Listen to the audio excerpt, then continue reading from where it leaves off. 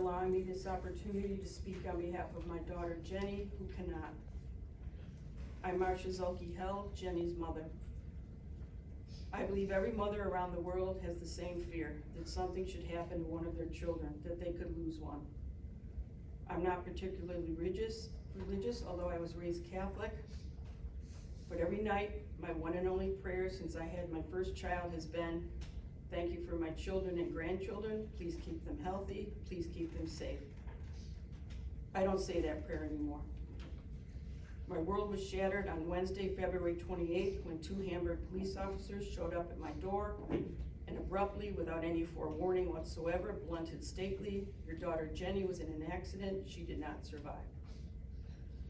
Unbelievably, an hour prior, on my way home from Hamburg, I drove by Jenny's daycare and noticed her car was not in the parking lot, which was odd.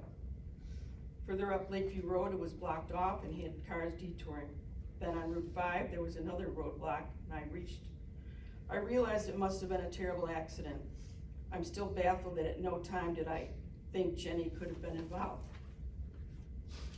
Since that day, I have not driven past that stretch of Route 5. I can't go past the spot where at Route 5 and Lakeview Road where my daughter died. I now detour up to Route 20 or take Old Lake Shore, no matter how inconvenient that is. I know there's a memorial at that site that her friends tend to.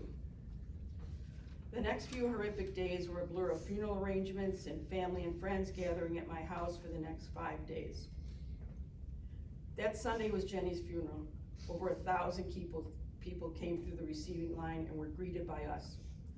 People waited in a line outside for over 2 hours. The most heart-wrenching were the families from Jenny's daycare that wanted to say goodbye to Miss Jenny. They said how they trusted her every morning with caring for their children because she was so kind, loving, and fun. They so appreciated that they could go to work without worry. 2 days ago, Wednesday the 28th, was exactly 6 months to the day of her death. I count every Wednesday since to mark time since she's gone. It was week 26. Time has taken on a weird shape for me now. On one hand, it still feels like it all happened yesterday. Yet as the weeks drag by, it makes me sad that it's been that long since I've last seen her. In the shock of the first few days, we were not given any information, so we assumed it was a tragic accident, truly an accident. It wasn't until later that we were given the data that was recovered from the EDR devices, also known as the black boxes like they have on planes, that we learned of the horrific, sickening details of what Anthony-Rydzewski did. Turns out the data revealed that he was traveling at a rate of speed of 98 miles an hour down Route 5, where the speed limit is 50.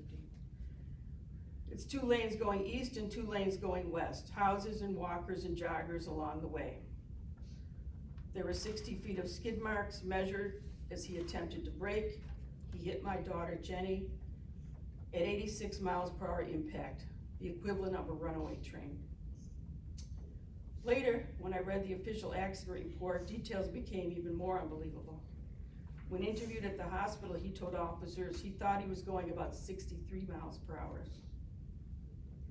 There were many 911 calls as he raced past cars at an incredible rate of speed before the accident. In the official accident report, witness Felix Tomasic states, quote, he was eastbound on Route 5 when a car passed him at a very high rate of speed just prior to the crash. He further stated that Rydzewski aggressively changed lanes just before entering the intersection in an attempt to split 2 vehicles, one in the passing lane, one in the driving lane, as these cars were slowing down as the light had just turned yellow. Once Rydzewski cut ahead of the driver in the right lane, Mr. Tomasic said he saw an explosion of car parts that was the crash, end quote.